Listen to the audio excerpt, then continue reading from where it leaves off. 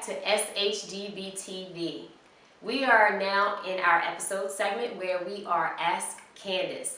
If you realize, maybe a few weeks ago, for those of you who follow us, we put the hashtag out, Ask Candice, because every now and then we want to know what questions you have as a dream chaser. What are you thinking about? What do you need help with?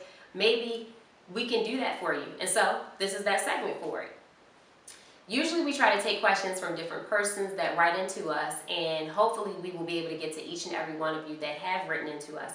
But we got 3 questions from Ebony in North Carolina that we thought were really good. So we wanted to make sure that we answered those questions, and hopefully not only in answering Ebony, but somebody will be also helped as well.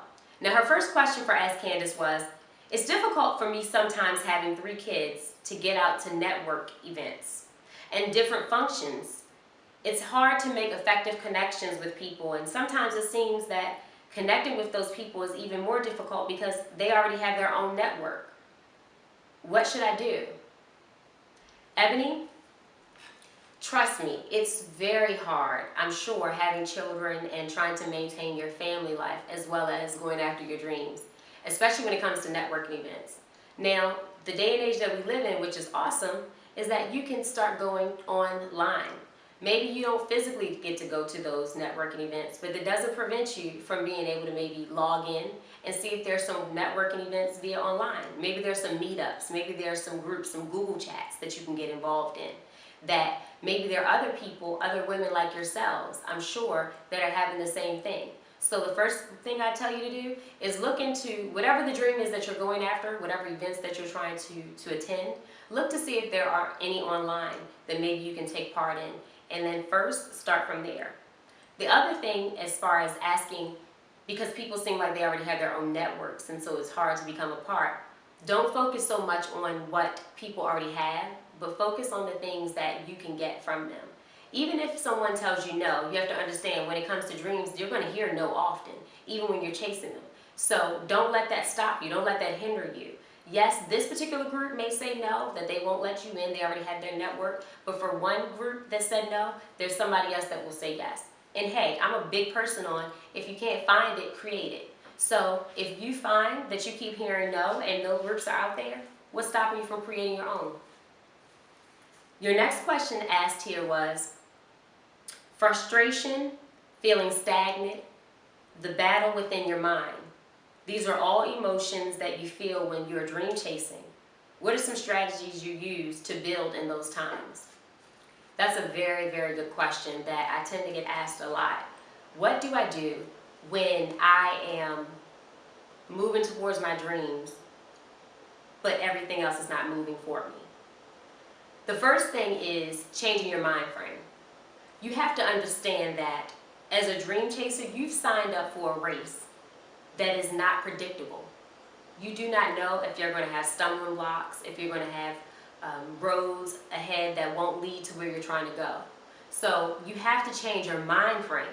You have to say to yourself that I understand every day is not going to be a day that's moving for me, but that doesn't stop me from moving.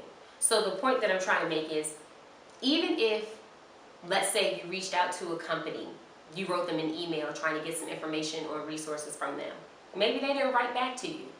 That's in your mind making you feel like things aren't moving. That's okay. You write to somebody else. Do the things that you can control. Don't worry about the things that others are controlling. Because in that, you're going to just grow more frustrated, and frustration is going to ultimately break you away from your dreams. And that's not what we want. We want you to stay attached to your dreams and keep going. So the first thing is changing your mindset. Another thing is making sure you have a supportive circle.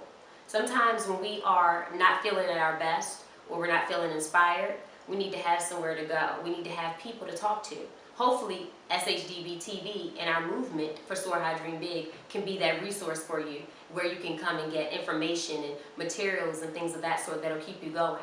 But having a great support circle around you, friends, family, co-worker, somebody who believes in your dream that you can almost call up, just like a person in AA has somebody, a sponsor.